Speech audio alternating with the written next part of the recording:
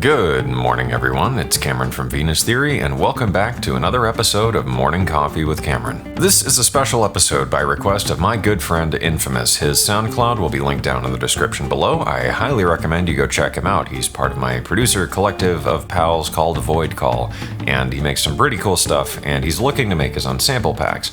So he asked me about making drum sounds, and I figured I would make a two-part masterclass of sorts, teaching you how to synthesize drum sounds from the ground up and create your own unique drum samples. In part 1, which is the video you're watching right now with your eyeballs, we're going to be covering the actual synthesis side of things and making the core sounds. In part 2, which will come next week, we're going to be talking about the post-processing and turning these into actual usable sounds. In this first video, I'm going to be using Voltage Modular for every single aspect of synthesizing the sounds. I recommend you check out Voltage Modular. Otherwise, you can use just about any synth for this purpose. Any synth that has a couple of oscillators and a couple of filters should do.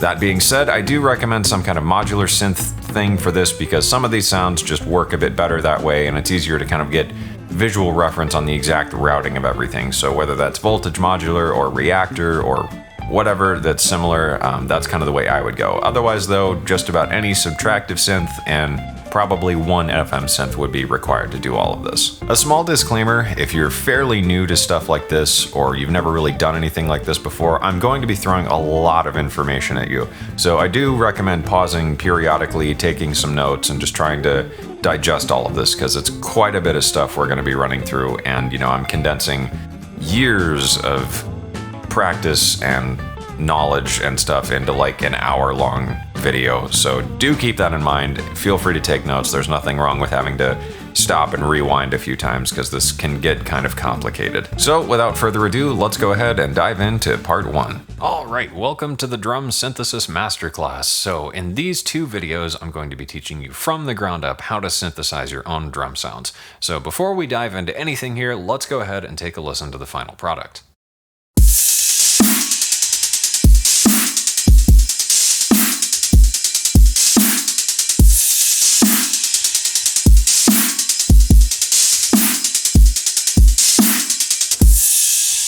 So that is the final sound. Now let's go ahead and take a listen without any post-processing to see what the difference there will be without any post-processing on stuff.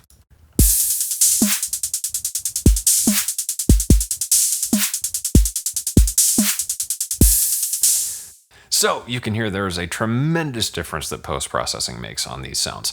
So in this video, we're going to break this down in 5 parts. I'm going to cover making kicks, making snares, making closed hats, making open hats, and making cymbals. Before people bitch and complain in the comments, I know that these drums are very dubstep-y, EDM-y, and that's just because this is a blanket video. All of these drums operate on the same basic principles. So even if I want to make a trap-style kit or more of a heavy, bro-steppy, neurofunky type of kit, it all comes from the same idea, and that's just kind of some core fundamental concepts, and that's what I hope to illustrate in this series, is to cover from the ground up what it means to make a drum sound. So let's dive into the first part of this video and talk about making some kick drums.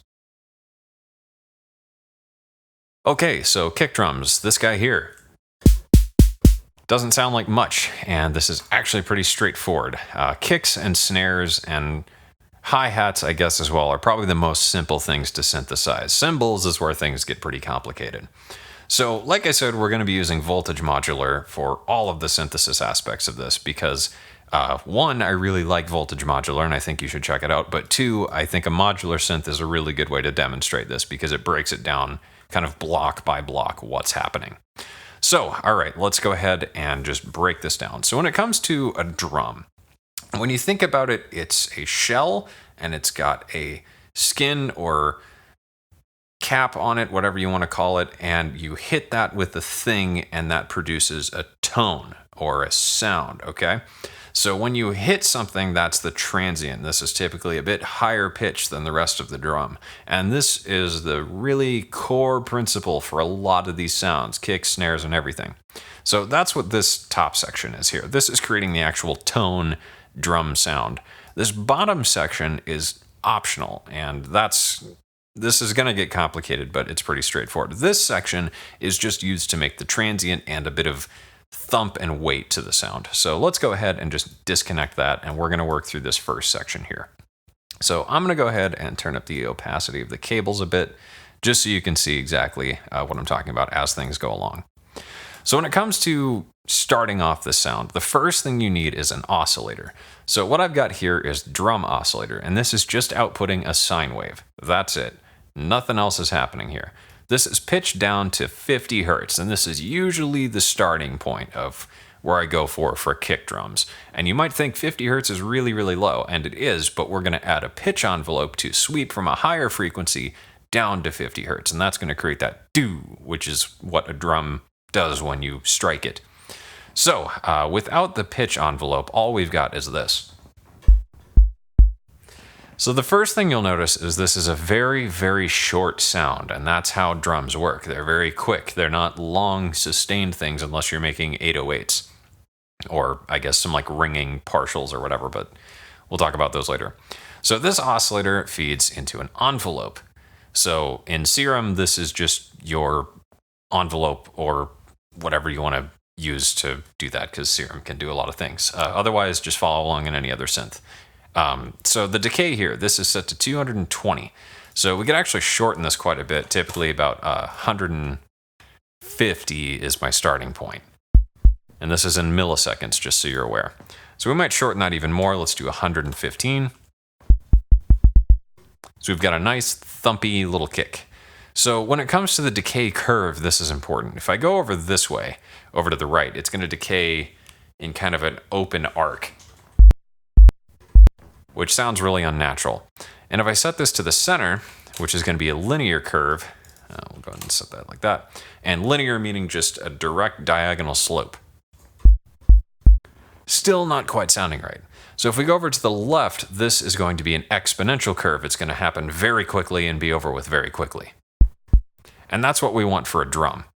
So that's pretty much it. So I'm outputting a 50 hertz sine wave with an exponential decay curve, and it's decaying over about 100 milliseconds, and you can go up or down from there. So that's pretty much it. So now we need to modulate this with another envelope to modulate the pitch and get it to go down. And that's what the CV mod is here. So in whatever synth you're using, you want to tie another envelope to the coarse tuning of the oscillator you're using for the tonal element. I hope that makes sense. If not, maybe review some synth basics. But anyways, this is this other envelope here. This again is operating on an exponential curve. So we want it to happen very, very quickly. The decay of this envelope is going to be really short. So I had it at 85. Let's go ahead and set this to maybe 50 milliseconds. That's usually my baseline for starting things off. So now by adjusting the CV mod knob, that's going to control how much this is affecting the pitch. So a very low amount is not doing much at all. If I go all the way up, now we're getting something really, really extreme. So let's go ahead and just add a bit of a hold here, about 50 milliseconds. Let's let this decay over maybe 65. And there we go. And let's go ahead and set the mod amount to like 70%. Now we're getting a nice thumpy kick drum. So you could call this done. This would function as a kick drum, and that sounds definitely a lot like just any old analog style kick drum. So now it comes to adding some character and flavor and things to this. So a lot of that is going to come from your post-processing, but what I like to do is just add noise. So that's this bottom section. Let's go ahead and talk about that now. So this is the noise section to this kick. So I'm using white noise, and you can play with different noise colors and filter it differently, and that's what we're going to talk about here. So this is another envelope here, which feeds into this amplifier. So this is two separate envelopes controlling the decay time for the tone and the decay time for the noise, and that's pretty important. So if I had a really short decay on this noise, like maybe 25 milliseconds, we're just getting a little click, and that's going to provide a nice clicky transient to the kick. So that's a pretty classic kick sound right there. We could open up the decay a little more, maybe 45 milliseconds, and change this filter to a different cutoff point. Totally different sound. That's a bit more trappy, kind of like a rat kick type sound.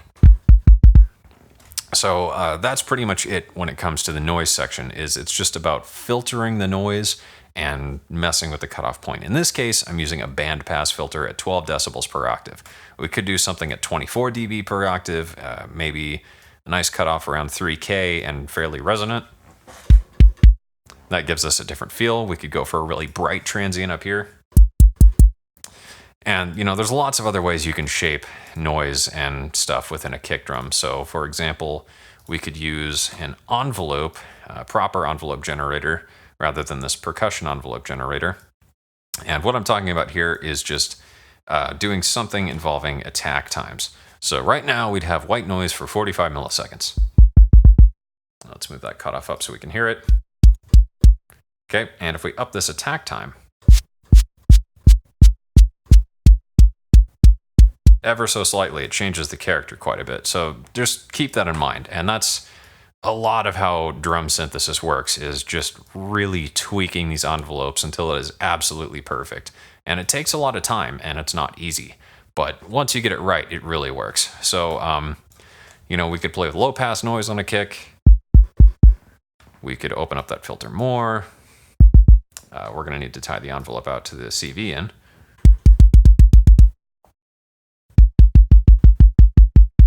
Mess with the resonance or the slope. And there you go. There's a bunch of different kick drums. And then from here, we could just change our bass pitch, maybe up to like 65.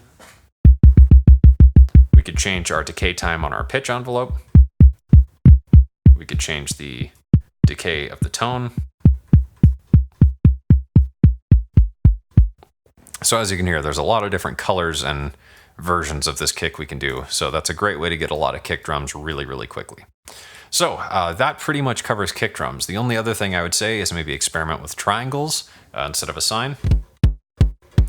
And yeah, that's pretty much it. So let's move on to snares. Okay, so this leads us to snare drums, which is where things get a bit more complicated. So this is the snare patch I've built, and it sounds like this. So a pretty typical snare sound. It's not really anything ridiculous. So once again, we're just going to kind of break this down into two segments. So I've got the tone layer and I've got the noise layer, or the snares. So if you're familiar with the 808, the actual drum machine, there's this knob called Snappy, and that's what blends in the noise. So without any noise, you would have just the tone layer, which sounds like this. And if you blended it all the way up, you would have just noise, which sounds like this. And very similar to a kick drum, it's kind of all about just shaping the noise and the tone and the relationships between them. And then once again, post-processing is really what makes all the difference. So let's go ahead and break down the tonal layer of a snare drum. So again, you can do this in any synthesizer. I can't really think of a synth that's not capable of producing this type of sound. However, there are more advanced variations, which we'll cover in just a minute. So, very similar to a kick drum, as you can see here, it's the exact same setup. So I've got my tone layer. This is a triangle oscillator rather than a sine. We can just use a sine. And pitch, I will usually start at about 160 hertz. And I find this is a good starting point for snares. So again, we're doing an exponential decay curve. We want this to look like that, a really steep slope, so it's over very quickly and gives it a nice sharp transient rather than being too smooth and dull. Decay time, about 150 milliseconds, I find is a good starting point. And that's it. Doop. So now we've got our other envelope generator over here, which is going to provide the pitch curve. So when it comes to snares, there's kind of two ways of going about this. One is a very subtle pitch curve. It's just like, not too crazy. And then there's really extreme pitch curves. So experiment with both, because that can really change the feel of the drum. So with a very, very subtle pitch curve,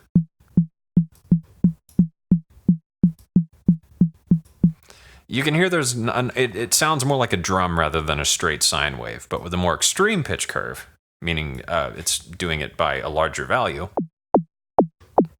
we can get something a bit more kind of like a tom sound from an 808 or something. So in this case, that sounds about right. So now we've got our tone layer. That's done. Let's go ahead and take a look at the noise layer. So the envelope generator here for the pitch, by the way, start at like 80 milliseconds usually is what I do. So let's talk about this noise layer, because this is really what makes or breaks a snare sound. So I've got white noise feeding into this envelope. This noise is being filtered with this filter, and that goes out. Not that complicated. However, shaping your noise envelope is going to totally change the sound of the snare. So if I bring in this tone layer, and we set that back to roughly where it was, it's a very dubstep-y snare drum, very neurofunky snare drum. It's got a nice transient, and that transient is really enhanced by the fact that the noise or the snares don't come in till later, and that's because I'm offsetting with the attack time slider. However, if I start this with a very short attack or an attack of 0, we get something much more retro 80s-y sounding. And I'm going to go ahead and bring this up to let's do 260 hertz. Now we're getting more into 808 snare drum territory. So I'm going to make this a very sharp curve and shorten the decay of the tone. So now we've got a pretty classic 808 snare. If I shorten this decay to maybe 150 milliseconds, sounds very much like an 808, but not. So now we would shape this noise using this filter. So we could have a very high cutoff. This is a high pass filter at 12 decibels per octave. We could have a cutoff maybe around 2K. Or we could have a cutoff maybe starting at about 1.2K. You can hear these are all very different sounds, and by adjusting the decay time of everything, we can get very tight snares, very snappy snares, or we can get very kind of open, big snares. So that's pretty much it when it comes to snare synthesis. So beyond that, changing the filter type on the noise is important. So bandpass filter, for instance, we could have a fairly resonant bandpass filter and up on a fairly high value. There's a lot of your trappy type snares. Having a very steep bandpass filter at a very high value can provide some kind of pingy metallic layers to a snare, or very lo-fi type of sounds. Otherwise, experimenting with high pass filters with lots of resonance can be interesting. And beyond that, you could also add an envelope to the filter cutoff. So that's a good way to create some interesting movement and texture to a snare. Okay, so now that we've covered the basics of the snare, let's get a little more advanced with this. So I'm going to open this up a bit more and go back to that more kind of dubstep-y, neurofunky snare. So that's probably a bit much. How about this? Sure. So one thing I get asked about a lot is creating metallic partials to a snare. And how does that work? Well, that works by FM. So we're going to add a third layer to this snare, and I'm going to demonstrate how you can create these kind of metallic partials. So we'll grab an envelope generator. We're going to tie that to the gate. Envelope to CV. Okay, so we're going to grab a couple more drum oscillators here. I'm going to grab 2 more. I'm going to feed the output of 1 to the input. That's going to output up here. And then I'm going to provide FM from one to the other. So this is going to create a nice metallic sound. So we can go ahead and solo this out. Increase the FM amount. And then what we want to do is detune these partials.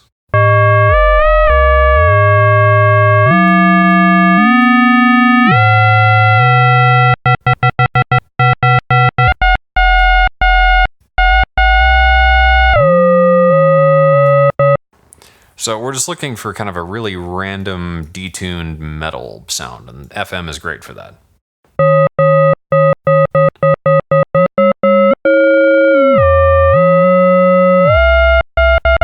Sure, that should work. So in this case, there's a bit of low end that we don't need, so I'm going to just filter that out with a high pass on this section.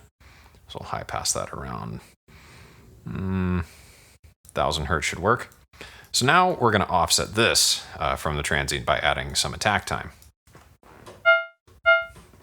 So there we go. Now we've got some nice FME metallic stuff going on. So now when I play the snare, there's our metal and kind of the tony weirdness to the snare. So we could adjust this a little bit. And then once you get your post-processing on this, you can get some really, really nice, let's take off the convolution. You can get some really, really nice metallic snares. So that is pretty much it for snare drums. There's not a whole lot to them. Like I said, it's pretty much a kick, but different. The last tip I would have is with a mixer, or just the output of each oscillator, the level, I would just mess with the levels between the two, because sometimes you might need, especially in the case of more of like an 808 type snare sound, if I'm doing something like that, I'd want a very, very low tone to it and more noise than I would tone. So I'm going to drop the level of the tone, and that will give me more of that kind of classic 808y type snare. So, all right, let's move on to some hats. Okay, hi-hats. Now that we're getting into cymbal territory, this is where things get a bit more complicated. So I'm going to start off with the very simple version of creating hi-hats, and then we're going to dive into the more advanced version. So this is a crossfade, which is fading between two parts of the sound, so just ignore this for right now. This is not relevant for this initial explanation. So when it comes to hi-hats, this is the initial sound. Very easy to create, as I'm sure you would imagine. I'm sure you've created hi-hats on your own. They're really not that hard. However, creating interesting hi-hats is where things get more complicated on the synthesis side. So I'm starting off with noise. This is white noise. And again, try different noise shapes. Pink noise or brown noise. Let's try some pink noise. Brown noise versus white noise. Very different tones and flavors to your hats, so do keep that in mind. So this is the high pass, low pass. So this is basically creating a custom band pass. So you might need a different synthesizer to do exactly what I'm doing here besides Serum. I don't know if, well, there's two filters in Serum. You could do this. I'm talking to myself. Sometimes I ramble. Okay, so a high pass and a low pass. So what I'm doing is creating a custom band pass. I want a certain area to come through, and it's going to be wider and maybe have a bit of a level plane before those slopes kick in. So if I just let this noise all the way through right now, it's just pure noise. And that's what you're going to start with. Just white noise feeding into an envelope. This envelope is set to 155 milliseconds and an exponential decay curve once again, as I'm sure you can catch on by now, exponential decay curves are really important for drum design. So we might do something shorter, maybe 75 milliseconds. Cool. But now we've got a lot of low and high end.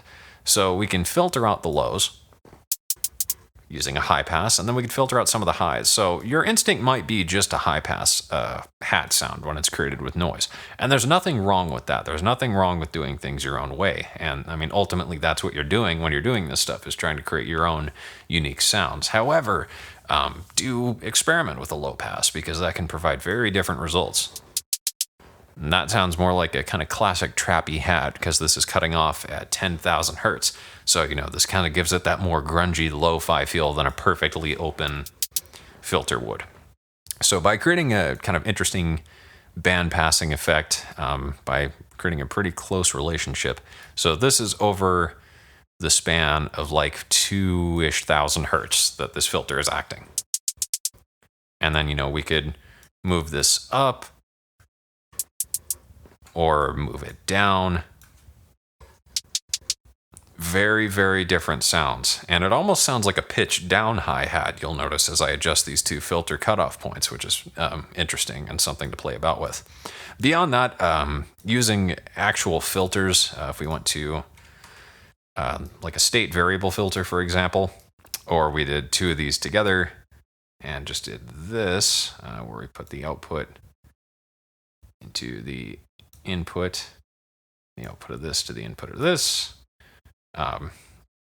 Hopefully you get where I'm going here. So we're going to have a low pass, and we're going to have a high pass.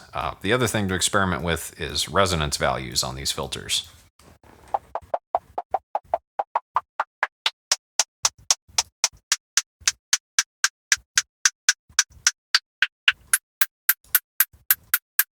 So doing something like that can be interesting as well. In this case, I just use the drum high pass, low pass, just because that's pretty easy and does what I need it to do. So I might whip out other filters if I want to mess with resonance. So that is the basic principle of hi-hats, is just noise and filters once again. So now let's talk about creating something a bit more interesting. So this is our hi-hat, and this is the hi-hat with this other stuff happening. Very subtle difference, but if you listen again,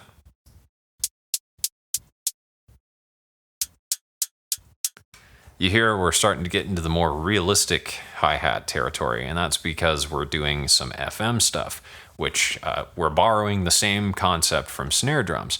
So as you might be catching on to by now as well, it's all kind of related. There's a lot of similar principles and ideas that happen between different drum sounds. So this metallic stuff, how is this made? This is made using the way the actual 808 makes cymbal sounds, and it's kind of cool. So the actual 808, and we're going to dive into this into the cymbal section, the actual 808 uses square waves, a bunch of them, randomly detuned in order to make a cymbal, which is kind of cool. So that's what I do when I'm making hats or cymbal sounds, is I'm going to use square waves, and I'm going to FM them from each other, sometimes feeding back into itself, and then I'm going to output that, and that's going to create a nice metallic sound. So let's go ahead and break this down. So over here, we have two drum oscillators. This is the one that's going to go out. This is the one that's going to FM. So the pitch of this one is 1,000 something hertz. The pitch of the one that goes out is 750 hertz. Just play with these values. Usually I'll start around 600, and I'll start the other one at a higher value, whatever that may be. This is a square wave, so we're going to output a square wave into the input of the drum high pass, low pass. The square wave of the second oscillator is feeding into the CV mod or FM input of the first drum oscillator. The square wave is also feeding into the FM input of the oscillator that's providing FM, so we're getting feedback, and it creates really complex signals without me having to do anything. It's just a matter of really ridiculous FM. So percussion envelope generator, this is an exponential decay curve, decay of like 100 milliseconds or less, depending on what you want to do. Filtering this once again.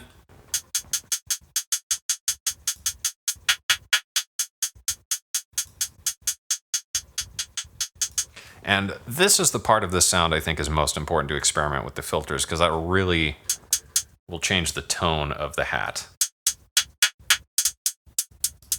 You know, you want something more bright or something with a bit more body, like a larger cymbal would have. Playing with the decay time as well. Very important. We can mess with pitch and get some different sounds. Mess with the FM amount. So as you can see, a lot of ways to create a really complicated sound.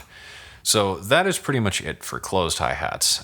Open hi-hats, as you can probably guess, are the same thing, just with longer decay times involved. So this is the exact same patch. In this case, I've just opened up the decay, and I messed with the balance between the partials and the noise.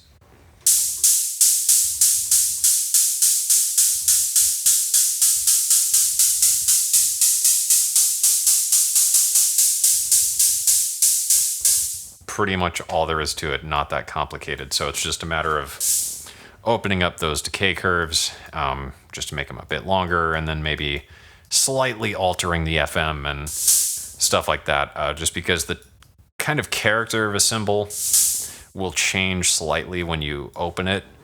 If you play an actual hi-hat, you might notice this. Just kind of the way it sounds is a bit more maybe boxy or bodied. So messing with the partials can really help bring that out. So now let's dive into the final part, which is going to be cymbals. Okay, so now we're here to talk about cymbals, and cymbals are really, really, really, really, really complicated things, and there's like scholarly articles about how, you know, cymbals have energy up to 100,000 K, and do we need to have accurate reproduction of ultra super high frequencies in order to accurately reproduce and synthesize a cymbal sound. So anyways, let's not science and talk about noise.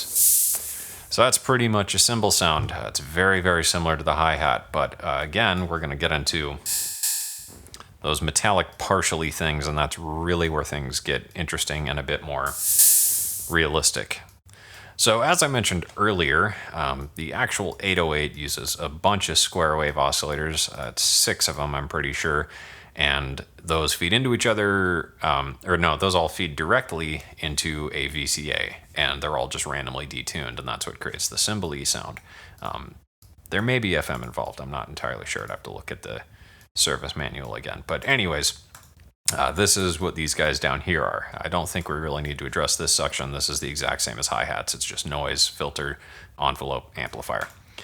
So over here, we've got a square wave. This square wave feeds into this first oscillator, which is going out. That's providing FM. This oscillator has FM from this third oscillator, which is also another square wave. And just messing with the pitches and FM amounts.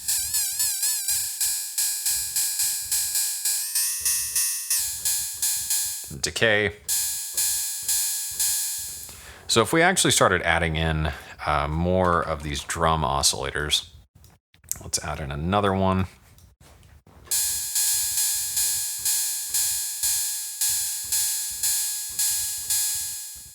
Let's do one more.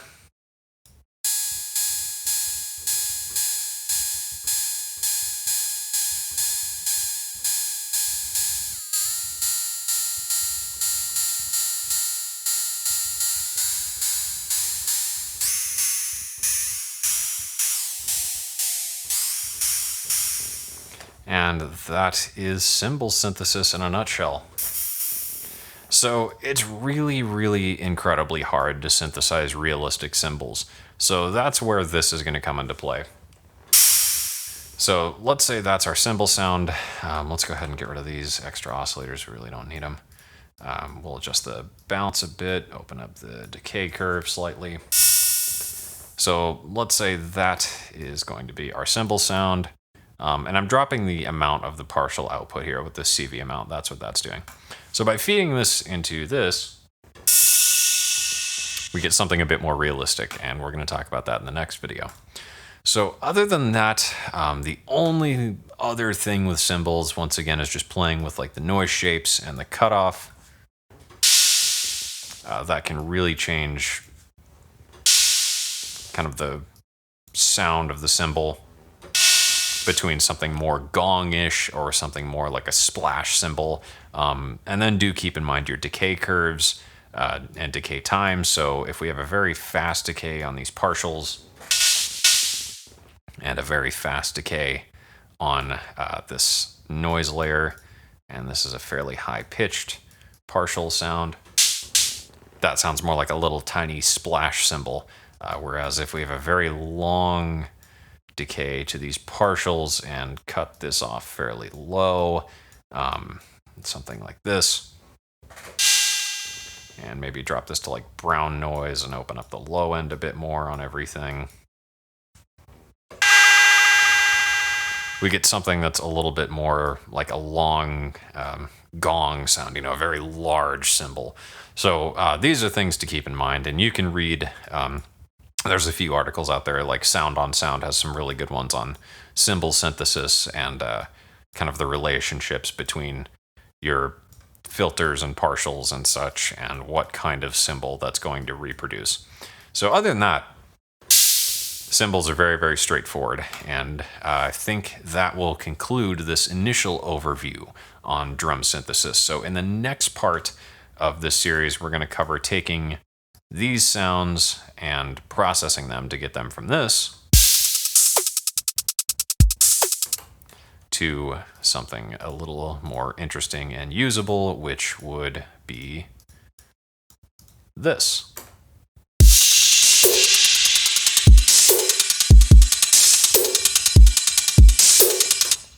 So that is it for this video, and cue the outro. And that's it for this video, guys, so thanks for watching. I hope you learned something. Be sure to like and subscribe, and I will see you guys again soon.